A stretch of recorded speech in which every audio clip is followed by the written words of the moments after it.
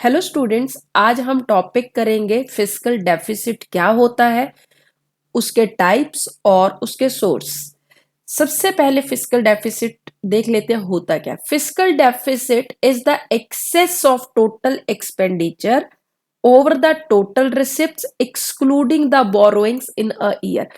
अब हमारे पास क्या होगा, टोटल एक्सपेंडिचर और टोटल रिसिप्ट की बात हो रही है। टोटल एक्सपेंडिचर की जब हम बात करते हैं तो इसमें रेवेन्यू एक्सपेंडिचर भी आते हैं और कैपिटल एक्सपेंडिचर भी आते हैं। अगर टोटल रिसिप्ट की बात हो रही है तो टोटल रिसिप्ट में हमारी रेवेन्यू रिसिप्ट भी आती है और कैपिटल रिसिप्ट भी आती है। अब कैपिटल रिसिप्ट में क्या क्या आ सकता है? कैपिटल रिसिप्ट कहां कहां से पैसा आ सकता है? डिसइन्वेस्टमेंट से आ सकता है, या फिर रिकवरी ऑफ लोन से आ सकता है, या फिर हमारे पास पैसा कहां से आ सकता है? बोरोइंग से आ सकता है। तो जब हम फिस्कल डेफिसिट की बात करते हैं तो फिस्कल डेफिसिट में एक्सपेंडिचर तो टोटल लेते हैं, मतलब हम रेवेन्यू प्लस कैपिटल एक्सपेंडिचर लेंगे। मगर जब रिसिप्ट की बात होती है तो यहां पे टोटल रिसिप्ट लेंगे एक्सक्लूडिंग बोरोइंग्स, मतलब रेवेन्यू रिसिप्ट तो आएंगी, कैपिटल रिसिप्ट भी आएंगी, मगर कैपिटल रिसिप्ट में वो वाली रिसिप्ट आएंगी जो हमें सिर्फ पैसा मिला और जिनके अगेंस्ट हमारी कोई लाइबिलिटी नहीं है, जैसे डिसइन्वेस्टमेंट हो गए, रिकवरी ऑफ लोन हो गए। मगर बोरोइंग्स क्या होगी? बोरोइंग्स तो लाइबिलिटी होगी। तो जब फिस्कल डेफिसिट की बात आती है तो टोटल रिसिप्ट में से हम बोरोइंग्स को एक्सक्लूड कर देते हैं। तो यहाँ पे इस तरह से हम फिस्कल डेफिसिट निकालते हैं। अब फिस्कल डेफिसिट जितना ज्यादा होगा उतना ही हमारा जो है बोरोइंग ज्यादा होंगी। अगर कई बार क्वेश्चन में क्या होता है, सिर्फ और सिर्फ हमें बोरोइंग्स ही गिवन है, तो उस केस में जो है हमारे पास फिस्कल डेफिसिट टोटल बोरोइंग्स के इक्वल हो जाता है। इंपॉर्टेंट पॉइंट है, formula for calculating fiscal deficit. अब बहुत सारे तरीके से हम इसको कैलकुलेट करते हैं, तो हमें सब तरीके पता होने चाहिए। फॉर्मूला तो सेम ही होता है बट उसको थोड़ा सा घुमा फिरा के लिखा जाता है, तो हमें हर तरह से पता होना चाहिए, क्योंकि क्वेश्चन में किसी भी तरह से फॉर्मूले को पूछ लिया जाता है फिस्कल डेफिसिट का। अब हम यहाँ पे सारे फॉर्मूले देख लेते हैं किस किस तरीके से लिख सकते हैं। Fiscal deficit is equal to total expenditure minus total receipts excluding borrowings. अब यहाँ पे ये तो हमने पढ़ ही लिया था कि total expenditure minus total receipt excluding borrowings, मतलब यहाँ पे बोरोइंग्स को नहीं लेंगे।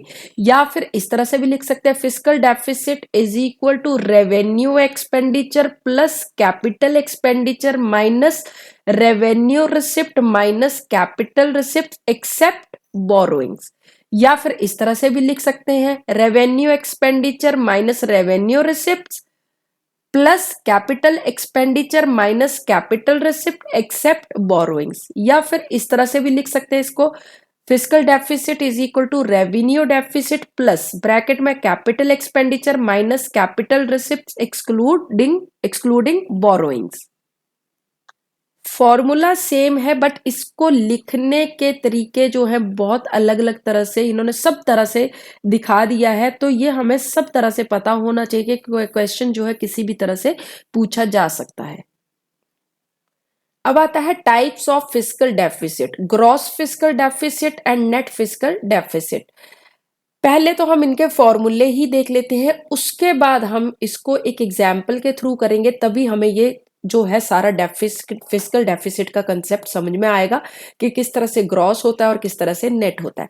तो सबसे पहले अगर ग्रॉस फिस्कल डेफिसिट की बात की जाए तो ये जो फिस्कल डेफिसिट है उसी को ग्रॉस फिस्कल डेफिसिट कहा जाता है। तो ग्रॉस फिस्कल डेफिसिट क्या होता है?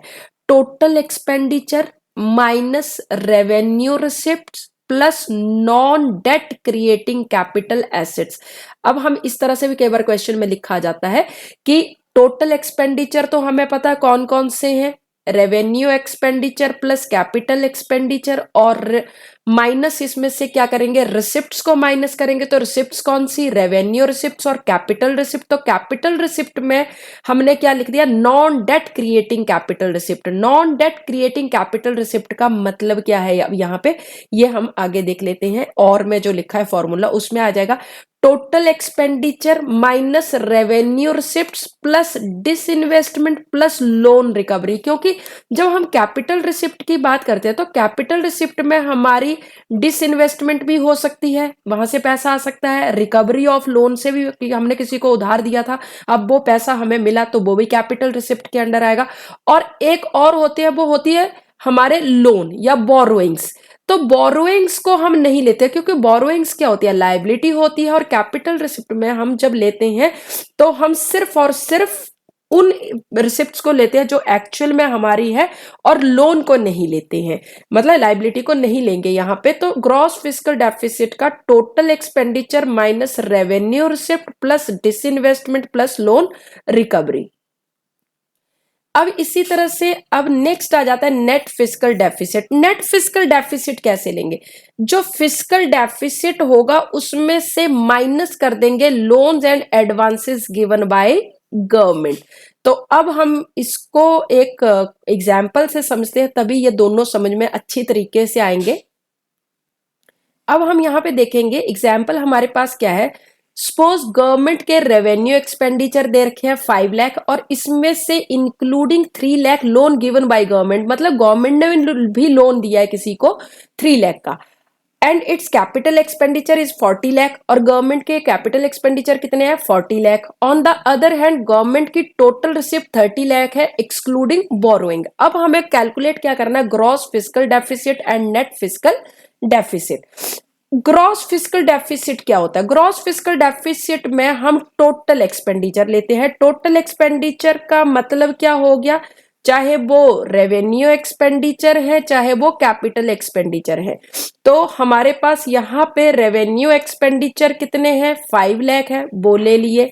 गवर्नमेंट के कैपिटल एक्सपेंडिचर कितने हैं 40 लाख है, वो ले लिए। और रिसिप्ट कितनी है एक्सक्लूडिंग बोरोइंग 30 लाख है। तो हमारे पास 45 लाख माइनस 30 लाख 1,50,000 जो है वो क्या आ गया यहाँ पे, 15 लाख जो है हमारे पास क्या आ गया यहाँ पे, ग्रॉस फिस्कल डेफिसिट आ गया।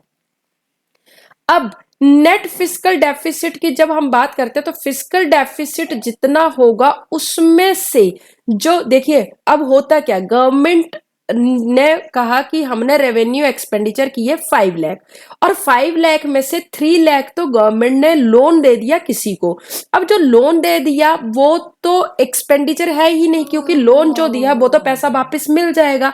तो इसलिए ये जो लोन दिया है, ये जब हम नेट फिस्कल डेफिसिट कैलकुलेट करेंगे तो हम क्या करेंगे, इस लोन को हम इंक्लूड नहीं करेंगे। मतलब जो फिस्कल डेफिसिट होगा इसमें से जो लोन है वो एक्चुअल में क्या है, हमारा एक्सपेंडिचर है ही नहीं, तो हम उसको माइनस कर देंगे क्योंकि ये हमारा एक्सपेंडिचर था ही नहीं, हमने किसी को लोन दिया था या एडवांस दिया था और ये हमें वापस मिल जाएगा। तो फिस्कल डेफिसिट में से loan and advances given by government, तो 15 लाख में से ये 3 लाख जो लोन गिवन बाय गवर्नमेंट था वो माइनस कर दिया। तो इस तरह से हमारे पास क्या आ जाएगा यहाँ पे, नेट फिस्कल डेफिसिट आ जाएगा। अगर हम इंपॉर्टेंट नोट की बात करें, if there is loan and advances are given by the government then gross fiscal deficit is always greater than the net fiscal deficit. अगर गवर्नमेंट की लोन एंड एडवांसेस गिवन होंगे जैसे इस क्वेश्चन में है, तो हमेशा ही हमारा ग्रॉस फिस्कल डेफिसिट जो है वो नेट फिस्कल डेफिसिट से ज्यादा होगा। हम इसको एक और एग्जाम्पल से भी समझ लेते हैं। अब हम एक और एग्जाम्पल ले लेते हैं। सपोज गवर्नमेंट के जो रेवेन्यू एक्सपेंडिचर है वो है 1 लाख और गवर्नमेंट के जो कैपिटल एक्सपेंडिचर है वो है 10 लाख। और इसमें हमें बोला है कि गवर्नमेंट ने जो किसी को एडवांस दिया है या लोन दिया है वो इंक्लूडेड है इसमें 50,000। इसका मतलब क्या हो गया कि कैपिटल एक्सपेंडिचर में 50,000 जो है वो ऐसा अमाउंट है जो कि गवर्नमेंट ने किसी को उधार दिया है। तो वो जो उधार दिया वो एक्चुअल में तो एक्सपेंडिचर है ही नहीं, क्योंकि वो तो लोन दिया है और वो रिकवरी हो जाएगी। अब हमारे पास गवर्नमेंट की टोटल रिसिप्ट भी दे रखी है। टोटल रिसिप्ट हम यहाँ पे एक्सेप्ट बोरोइंग्स ही ले लेते हैं। एक्सेप्ट बोरोइंग जो है वो हमें दे रखी है 2 लाख की। अब हमें कहा है कि ग्रॉस फिस्कल डेफिसिट कैलकुलेट करना है और दूसरा हमें क्या करना है, नेट फिस्कल डेफिसिट।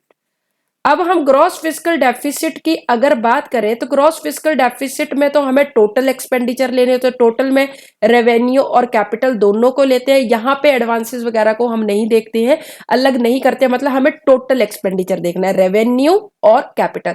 तो रेवेन्यू एक्सपेंडिचर यहाँ पे कितना हो गया, 1 लाख हो गया, और कैपिटल एक्सपेंडिचर कितना हो गया, 10 लाख हो गया।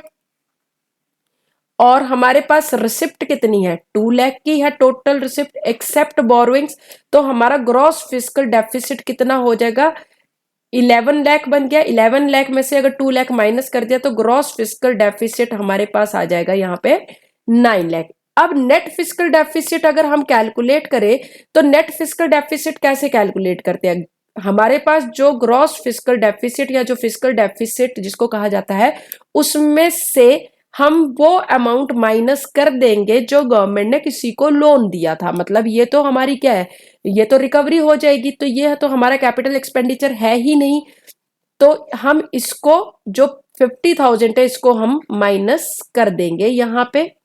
तो हमारे पास नेट फिस्कल डेफिसिट अब आ जाएगा 8,50,000। अब आता है हमारे पास sources of fiscal deficit. Sources क्या है फिस्कल डेफिसिट के, borrowings and deficit financing. Deficit financing का मतलब क्या होता है, प्रिंटिंग ऑफ न्यू करेंसी।